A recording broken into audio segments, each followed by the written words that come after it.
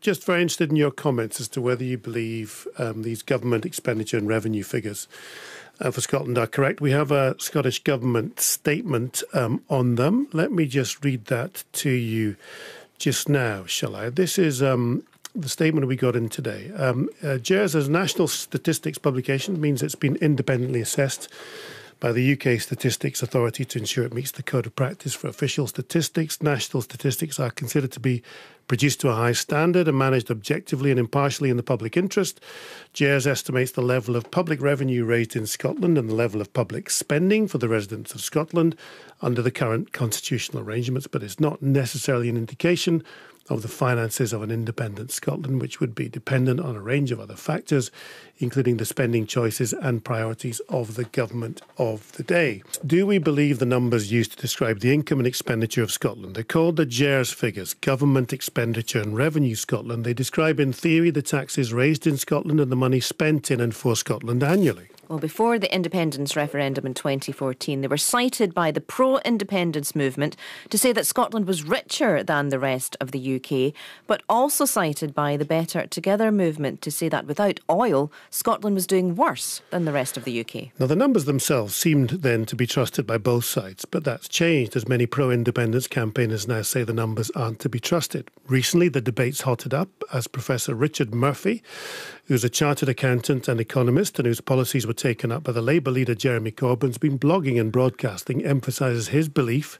that the GERS figures are based on bad data and estimates. He said he would now vote for an independent Scotland. And Kevin Hague is a businessman and blogger who has run his analysis of GERS figures from before the independence referendum. His case is that the GERS figures are to be trusted. He was very much for Better Together. The text number is 80295. They both join me now. Richard Murphy's in our Cambridge studio, Kevin Hague's here in Glasgow. Hello to both of you. Thank you so much for spending time with us.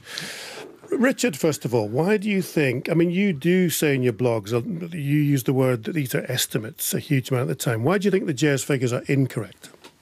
Well, we just heard what the Scottish Government said, and if you'd heard one word jumping out of the radio at you, it would have been estimate, because that's exactly what this data is. Let's put this in context. The GERS data is, as Graham Roy, who prepared it for many years, says, a view of Scotland as if it's a mini part of the UK. It takes UK data and apportions it to Scotland. Of the 26 figures for income in GERS, 25 are estimated. There is no Scottish data for income tax or for VAT, for national insurance, for corporation tax. Now, there are statistical bases for estimating, but let's be clear about it. Even since I started this current debate, the Office for National Statistics, who we also heard referred to, have said that those estimates are not good enough for the UK as a whole. And actually, we should be using real data for corporation tax, for VAT, and so on, to prepare our data. Now, if that's the case, Scotland needs this information too. The simple fact is that the GERS data was probably fine 10 years ago, when it was assumed that Scotland would never be independent, when it was assumed Scotland wouldn't manage its own economy, and when Scotland wasn't managing its own taxes. But everything has changed since then. So we have to change the data to reflect the current environment, not only in Scotland, by the way, but in Wales and Northern Ireland and in the north of England and Manchester, which is going to have devolved taxation powers, and maybe even in London, to reflect the reality of what's going on. And the reality is that politicians need data to make decisions on the powers that have been given to them, for example, on taxation, and there is none available. Let's not pretend GERS gives any useful information to a politician in Scotland, because it doesn't. It's literally made-up data from the rest of the UK. We have no idea if it's accurate. And however many times somebody chooses to process that inaccurate information, this is the GIGO principle. It will be garbage in, garbage out. GERS cannot tell us the answer to the question of whether Scotland is really running a surplus or a deficit, and whether Scotland can survive independently or not. This data is not fit for purpose. Kevin Hague, why do you think the GERS figures are a lot more correct than he thinks? Well, I mean, first of all, the key thing is they are fit for purpose. The most important thing is understanding what that purpose is. So Richard finished his piece there by saying they can't tell us what an independent Scotland's finances would look like. That is, of course, absolutely true. What the GERS figures do tell us is, historically, how do Scotland's revenue and expenditure figures look as an integral part of the UK. Now, Richard leans very heavily on this fact that they use estimates, that 25 of the 26 revenues are estimated. I mean, pretty much every number in every economy's national statistics are estimated. The question is, how accurate are those estimates? Now, those estimates are based on samples. They are based on statistically accurate samples. You can provide confidence intervals around those numbers. So as long as you understand the data, as long as you understand what the data can and cannot be used for, it is good data. It is trustworthy. It is compiled by people who are qualified statisticians, qualified economists, who consult widely on the methodology. It is all assembled by economists and statisticians in St Andrew's House in Edinburgh who decide the methodology, decide the assumptions, and do robust analysis. But Richard is right on one point, which is all it tells us is where we start from. It tells us as the Scottish economy currently performs as an integral part of the UK, and that is all it can do. That is all it is expected to do. I have to pick up on one point. Richard talks about income tax, and we don't know what income tax is generated in Scotland. There are 300,000 people in Scotland who now pay a higher rate of income tax. I can assure Richard that the Scottish Government knows who we are, and it is charging us those higher taxes. So to suggest that somehow we don't know that data is just a fly in the face of reality. Look, I'm sorry, it's not a fly in the face of reality. We know full well that Revenue Scotland has had significant problems in identifying who is resident in Scotland, and that problem is not yet resolved. And it's going to get worse because remember that Revenue Scotland is having a massive relocation take place and is being denied the resources to undertake that task, a decision that I hope a Scottish government wouldn't do. But that's the whole point. No, Richard, I am going to interrupt you there. There are 300,000 people paying those higher taxes who would find it very amusing that you think the Scottish Government doesn't know who they are. Look, they do. Look, we know to some extent who they are. Yes. But we don't know for certain precisely whether they're the right people. And this is exactly what it matters. Let's come back to the core point. Let's not get distracted by that minor issue, because that's only one figure in a great big sum as a whole. Absolutely. Let's come back to the real issue. You said they're reliable. They are reliable information for London to decide on how it views Scotland. They are not reliable information on Scottish data. All that Scotland gets to prepare this, I'm not in any way demeaning the work of the Scottish statisticians who work on this. But if Scotland decides it won't collect data on corporation tax, it won't collect proper data on income tax, and I would challenge you that that does not exist as yet, I would suggest to you that there's no data on Scottish National Insurance or VAT, then the data that is used by those Scottish statisticians may be completely inaccurate. It's simply what London tells them. Does Scotland want to make a decision about its future based upon statistics which London lets it have? This is power-mongering from Westminster to deny Scottish politicians the information they need to make the decisions on what powers they want and how they use the powers they've already been given. And that's my point. Scotland is not now a part of the UK. As I said, this data may have been entirely appropriate 10 years ago, but Scotland now has a devolved parliament. Every single Scottish politician, whichever party they're in, this is not a party political point, should want this data, because otherwise, how could they make a decision in office and all of them want to hold office? Briefly come back, Kevin Hague, but I want to ask you both questions, Kevin Hague. So briefly, I mean, Richard just asserts something which is factually incorrect when he says Scotland is not part of the UK.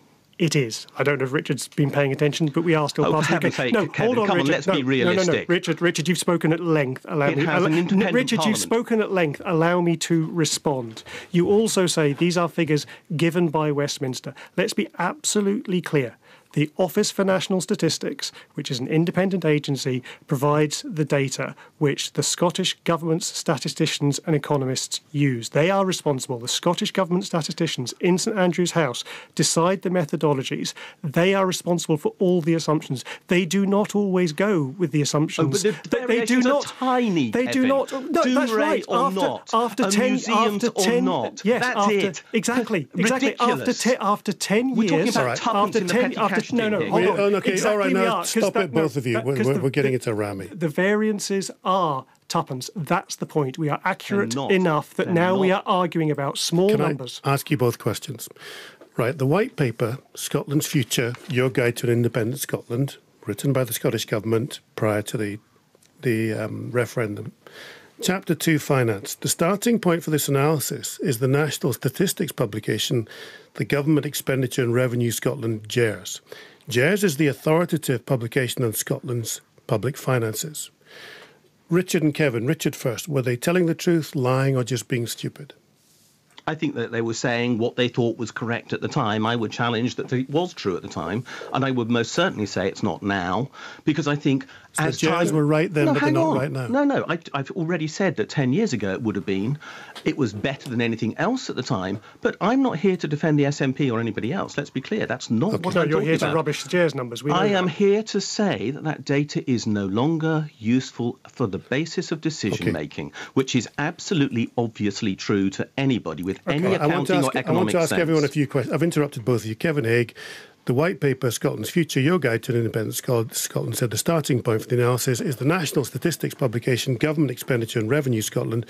GERS is the authoritative publication on Scotland's public finances. It goes on to say, the facts show that over the last 5 years, Scotland's public finances, despite being in deficit, are estimated to have been relatively stronger than the UK as a whole by a total of £12.6 billion.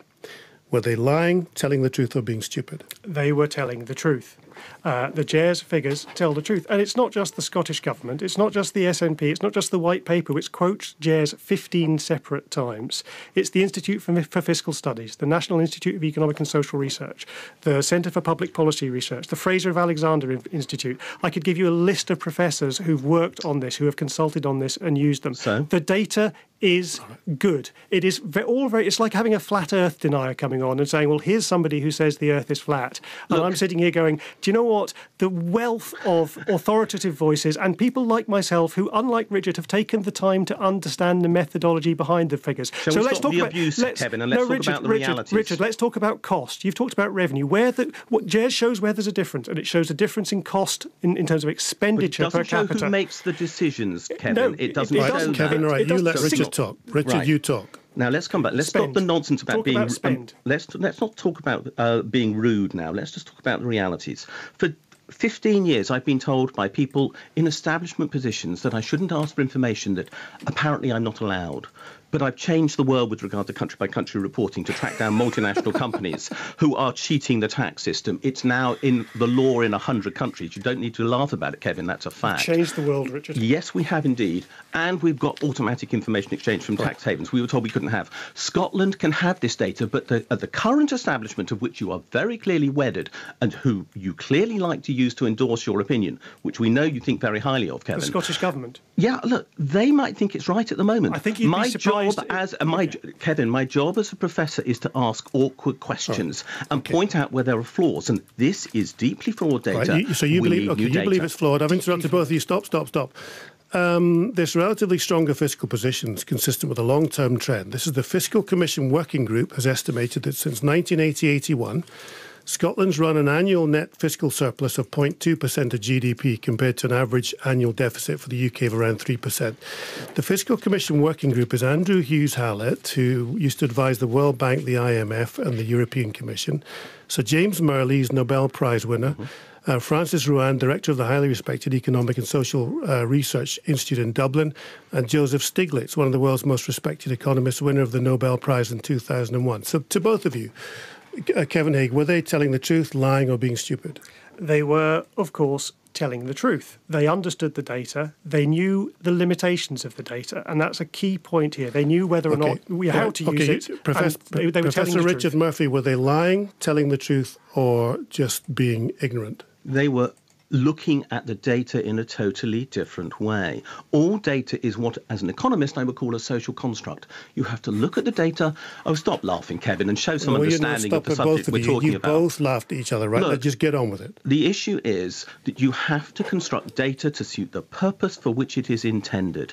They were looking at data and adapting that data for the purpose in question and came to a different answer from what GERS was offering. And it was entirely appropriate to do so. My point is that should be happening day in, day out, because the Scottish government is running an economy which is not part of the rest of the UK. It's the Scottish economy for the benefit of the Scottish people, and therefore this data doesn't need to be produced as a one-off, but consistently, so Scotland has the data it needs to make the decisions that are relevant for the people of Scotland. It is produced consistently. There are 2 dedicated economists and 2 dedicated statisticians who work full-time producing the GERS figures. They consult widely on those figures. They are published every year. They have brought forward the speed with which they're published to help inform the debate. You said, and it's a critical phrase, the purpose for which it's intended. Nobody suggests that the GERS figures show what a future independent Scotland would look like. But it isn't even relevant to a current government. Though they're incredibly relevant to a current. Let's look at the expenditure side, Richard. Okay, over the majority of the expenditure is the Scottish Government's expenditure 60%, budget. but most of it imposed by Westminster. The constraints are laid down by the money that's Westminster. spent, Richard, and this is the purpose for which it's intended. It tells us what the money that is currently spent in Scotland buys us in public services in Scotland. It tells us what the money that the DWP spend on pensions and other welfare benefits, which gets you up to about 85% of the cost, by the way. It shows we know what that costs and we know what we receive from it. Now, of course, an independent Scotland could and indeed would have to make different decisions about that expenditure. And the question is, what would those different decisions be? So GERS must show how much of that decision-making is actually simply Scotland spending Westminster's money and how much of that is Scotland deciding on how to spend money. And we discover very little is about Scotland deciding how to spend money. The variations are relatively small. So in other words, again, the people of Scotland need to know how much influence and control their government have now and how much they want it to have in the future. Richard. And the politicians, again, need to know that. Richard. Laid out for them, because they're not economists and they're not accountants, they're politicians, and they need data presented to them in a suitable format. As a professional accountant, as a professional economist, I know I have to meet my client's needs. If my client was the politicians of Scotland, they should have the data that is relevant to their needs, not data that is given to them on the back of information which London thinks suitable for its needs. You're entirely missing the point. Okay, just to wind up, but hang on, but you have said, Richard, haven't you, that this nonsense was dismissed. Another example of Westminster's contemptible attitude to all things Scottish. The economic narrative should be Scottish, which is precisely what GERS is not. It's made in England. Kevin Hague, so you both completely disagree. So before we move on, we're going to run out of time, but what does it say if we keep producing a set of numbers that one half agree with now and other people don't agree with? Well, okay, now, that's where I have to really stop you, John, when you say one half agrees with and the other half doesn't. You've got Richard Murphy, okay, and then you've got the wealth of qualified economists, including the Scottish government themselves, by the way. You know, it is, by the way, an outrage that there isn't someone from the Scottish government on here. Well, they've given us the statement and we've read it out and we'll read it again.